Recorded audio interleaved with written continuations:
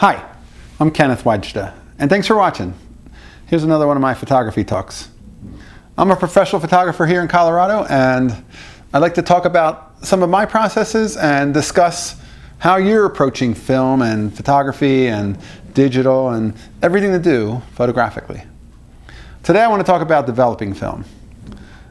So I do shoot some color portrait, Kodak portrait film, either 160 or 400, but I shoot a lot of Tri-X and a lot of Ilford HP5, and I think HP5 is probably my favorite. But the beauty of it is I can photograph you right now on Ilford HP5 or Kodak Tri-X, and I use a changing bag. So I'll load a can opener, a reel, and a tank, and a lid into the changing bag, and then with my hands inside the changing bag, I'll just load the spool with the film after popping it open with the can opener, and once it's sealed inside with the lid on, I can work in daylight. That's the only dark room I really need to process film. That little space inside the changing bag. And you can get those for 20 bucks. They're not expensive. Get one that's about this big by this big, so like 24 by 18 or 20, because you don't want it to be too small and you can't work in there. And then once I have the tank ready, and you can fit two 35 millimeters into a tank that holds about 16 ounces of water, of chemical, or you can fit one 120 raw, 120 spool. So depending on what you're making, in fact you have more than one roll of film, you can open up two inside that bag and you can load two into one tank. If you have a 120, you might want to do 120 in one tank and two 35s in another tank. However you want to do it. They make different size tanks. They make single ones for 35. I usually use a double, and I'll just fill it a little bit less with chemical. And I often see these really big ones that'll hold 4 spools of film, and I never use those. I never process it like that. I like to do them in quantities of 2. And there's a great chart online called the Master Development Chart. If you just Google Master Dev Chart, you'll see it. And you can put in and see what's the time I need for this kind of film, shot at this speed, how much time do I need? And then there's different developers. So my developer of choice is Kodak HC110. It comes in a small 16 ounce bottle, plastic bottle, and I use like 2 of these little tiny teaspoons. I forget, it's like maybe like 3 milliliters. I use that much into a little plastic, I just use like a Tupperware beaker.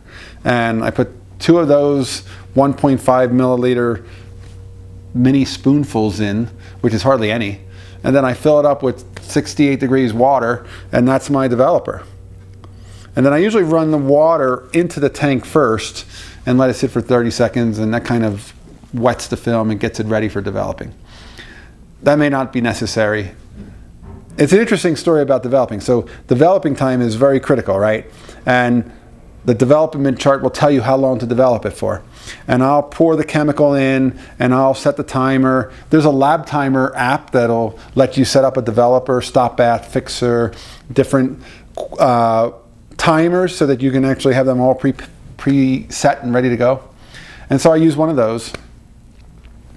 When I started in photography, I remember learning black and white film processing, and it's 6.5 minutes for Tri-X, or it's 5 minutes for HP5, or I'm making up these numbers, I don't remember exactly. But the point was, it seemed so critical. And you poured your chemical in, and then you would agitate every 30 seconds.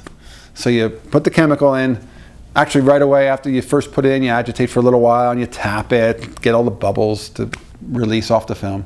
And then every 30 seconds, you just sort of give it a couple turns.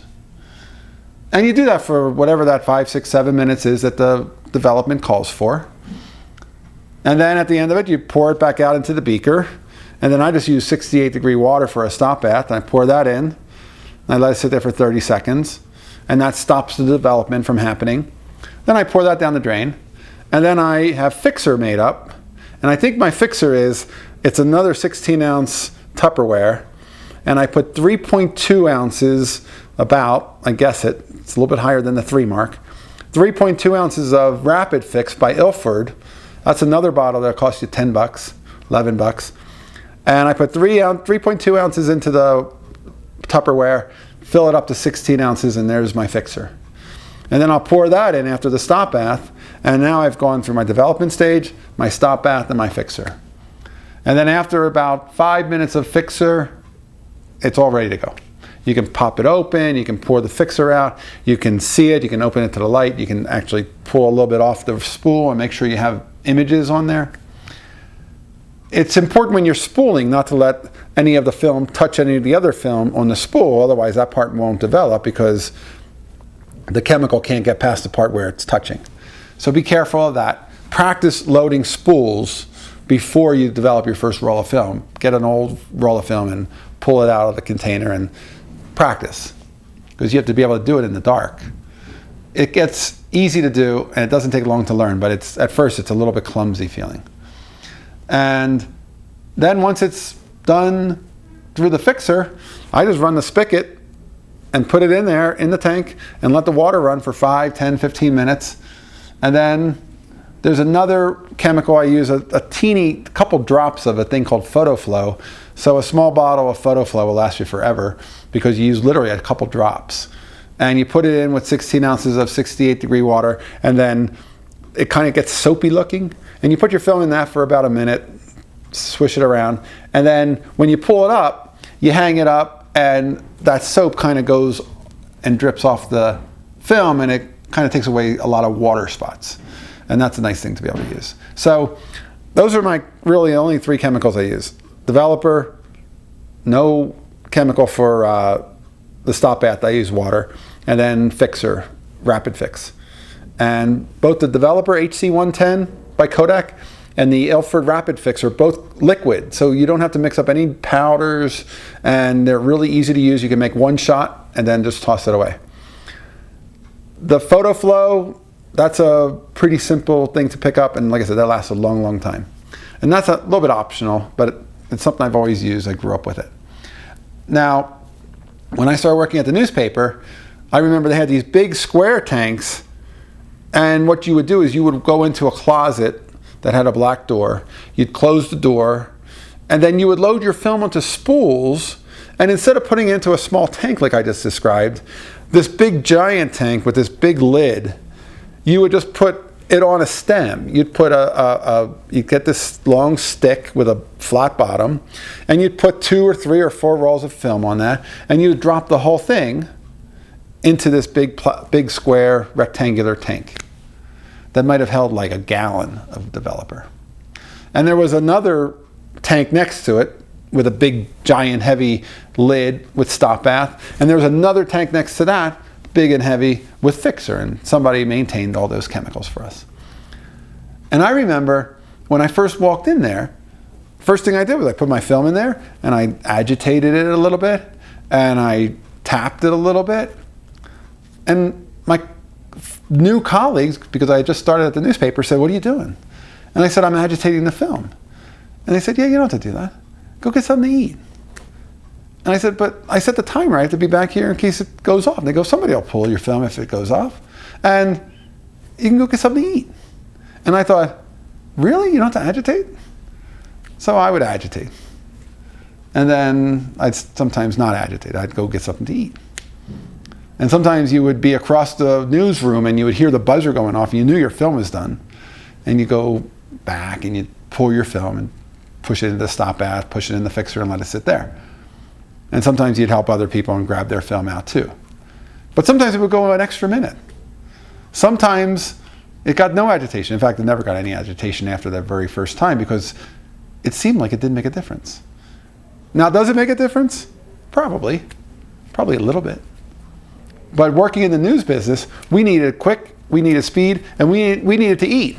And it was a treat to be able to say, I have 7 minutes to go get something from the cafeteria and bring it back. And I think I would recommend agitating your film. If we're spending this much on cameras and film and we're developing it, we're doing a good job, let's do a really good job. But just remember, it doesn't mean that if you forget to agitate, it's going to be wrecked. Just remember, there are people who don't agitate. And there were times when I never agitated the film, and it was completely fine. So a lot of those rules are the ideal of the best way to work, but they are just rules that are, or guidelines on how to best develop film. But you have opportunities to use other ways, and you might get more contrast, you might get less contrast depending on whether you agitate more or less. You can experiment a little bit, that's the beauty of film. But it's pretty resilient to human error, and if you shoot well, expose well, develop for the amount of time, agitation you may want to experiment with too, especially if there's a cafeteria with good hot food ready, if you can just take a few minutes to go run down and get some. All right, that's today's talk. I hope you're enjoying these. Thanks for watching. I'll see you next time.